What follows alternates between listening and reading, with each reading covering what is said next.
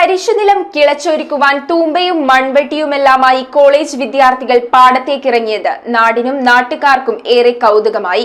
എന്റെ പാമ്പാക്കുട വാട്സ്ആപ്പ് കൂട്ടായ്മ ആവിഷ്കരിച്ച് നടപ്പിലാക്കുന്ന ഉയിരാണ് കതിരെന്ന പദ്ധതിയുടെ ഭാഗമായിട്ടാണ് കോളേജ് വിദ്യാർത്ഥികൾ പാമ്പാക്കുട ചാലുനിലപ്പാടം കിളച്ചൊരുക്കാനായി ഇറങ്ങിയത്. തരിശുനിലരഹിത പാമ്പാക്കുട എന്ന ലക്ഷ്യവുമായി എന്റെ പാമ്പാക്കുട വാട്സ്ആപ്പ് കൂട്ടായ്മ ആവിഷ്കരിച്ച് നടപ്പിലാക്കുന്ന ഉയിരാണ് കതിർ എന്ന പദ്ധതിയുടെ ഭാഗമായിട്ടാണ് കോളേജ് വിദ്യാർത്ഥികൾ പാമ്പാക്കുട ചാലുനിലപ്പാടം കിളച്ചൊരുക്കാനായി ഇറങ്ങിയത്. ട്രാക്ടർ ഇറക്കി പൂട്ടാൻ സാധിക്കാത്തതിനാലും മറ്റ് കാരണങ്ങളാലും കൃഷി ചെയ്യാതെ കിടക്കുന്ന 10 ഏക്കർ തരിശുനിലം ഏറ്റെടുത്ത് കിളച്ചൊരുക്കി കൃഷിയോഗ്യമാക്കി അവിടെ രക്തശാലി, ഞവര തുടങ്ങിയ അപൂർവ ഇനം നെല്ലുകൾ വിളയിച്ചെടുക്കുന്ന പദ്ധതിക്ക് പുനർജനി എന്നാണ് പേരിട്ടിരിക്കുന്നത്. പ്രൊഫസർ KV തോമസ് പുനർജനി പദ്ധതിയുടെ ഉദ്ഘാടനം നിർവഹിച്ചു. അക്കാഡമിക് ഇയറിന്റെ തുടക്കത്തിൽ ആരംഭം കുറിച്ചതാണ് പുനർജനി എന്ന ഒരു കൂട്ടായ്മ. കാർഷികമായിട്ടുള്ള കാര്യങ്ങളില് പ്രത്യേകിച്ച് പാമ്പാക്കുട ഗ്രാമപഞ്ചായത്തുമായി സഹകരിച്ചുകൊണ്ട് ഈ വർഷത്തിന്റെ ആരംഭത്തിൽ കൃഷിപ്പാടങ്ങൾ വിദ്യാർത്ഥികൾ നേരിട്ട് കാണുകയും ഒരു വയൽ നടത്തം സംഘടിപ്പിക്കുകയും ചെയ്തു. അതിന്റെ പശ്ചാത്തലത്തില് പാമ്പാക്കുട പഞ്ചായത്തിലെ പാടശേഖരങ്ങള് പ്രത്യേകിച്ച് 12ാം വാർഡിലെ പഞ്ചായത്ത് മെമ്പർ ജിനു ന്റെ നേതൃത്വത്തില് ഇന്നിവിടെ വരികയും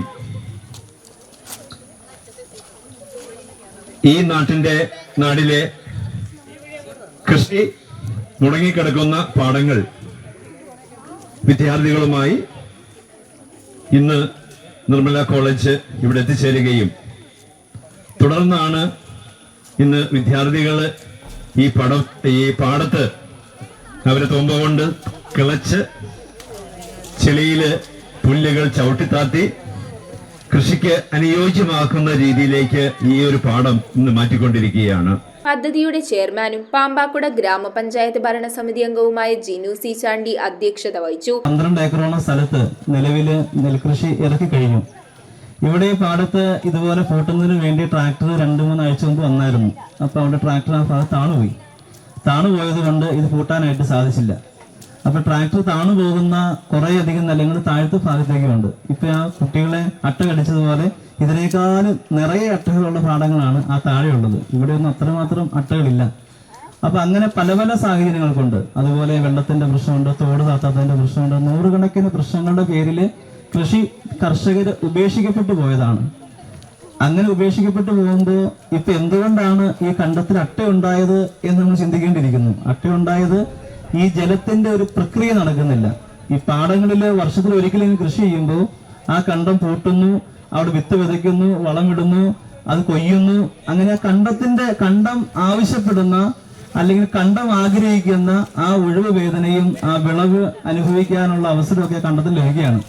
പക്ഷെ കൃഷി ചെയ്യാതെ കിടക്കുന്നതോടുകൂടി 8-10 വർഷം ഇങ്ങനെ കിടക്കുമ്പോൾ ആ കണ്ടത്തിലെ ജലം അത് അങ്ങനെ തന്നെ കിടക്കുവാണ്. ഒരു പ്രക്രിയ നടക്കുന്നില്ല. അതിന്റെ മുകളിൽ പുല്ല് വെത്തി കിടക്കുന്നു, അതിന്റെ അടിയിൽ മൊത്തം മലിനജലമായിട്ട് മാറുകയാണ്.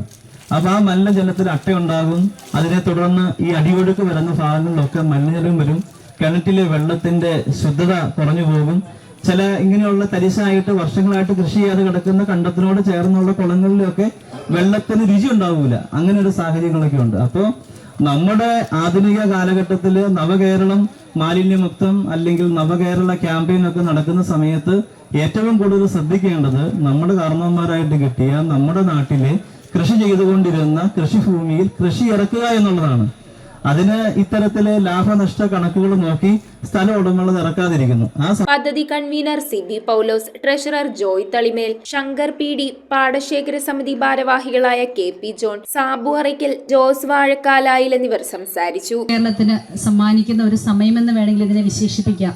കാരണം കൃഷിയും അതിൻ്റെ അനുബന്ധ പ്രവർത്തികളും ഒക്കെ അന്യം നിന്ന് പോകുന്ന ഒരു കാലഘട്ടത്തിൽ കൂടിയാണ് കടന്നു പോകുന്നത്. പ്രത്യേകിച്ച് വളർന്നു വരുന്ന തലമുറയ്ക്ക് കൃഷിയോടൊന്നും വലിയ താല്പര്യമില്ല. അത് ഒരുപക്ഷെ കൃഷിയിൽ നിന്നുണ്ടാക്കുന്ന ലാഭത്തിന്റെ പ്രശ്നങ്ങൾ കൊണ്ടോ അല്ലെങ്കിൽ മറ്റ് പ്രശ്നങ്ങളെ ഒന്നുമല്ല, കൃഷി എന്ന് പറയുന്നത് കുട്ടികൾക്ക് സിലബസിനപ്പുറമായിട്ട് മറ്റുള്ള കാര്യങ്ങളിലേക്ക് കടന്നു ചെല്ലുവാനുള്ള അവരുടെ മനസ്സിന്റെ താല്പര്യക്കുറവുകൊണ്ടായിരിക്കാം എന്ന് ഞാൻ മനസ്സിലാക്കുന്നു. News bureau, Piravom. നല്ല നാടൻ ഐറ്റംസ് മുതൽ അറബിക്ക്, ചൈനീസ്, മലായി, സ്പാനിഷ് അങ്ങനെ നമ്മുടെ കൊച്ചിക്കായലിന്റെ തീരത്തിന് ഇത്രയും വെറൈറ്റി ഡിഷസ് കഴിക്കാൻ പറ്റിയ സ്ഥലം സോൾട്ട് അല്ലാതെ വേറെ ഇല്ല. ഈ ക്രിസ്മസ് ന്യൂ ഇയർ സോൾട്ടിനോടൊപ്പം ആഘോഷിക്കൂ.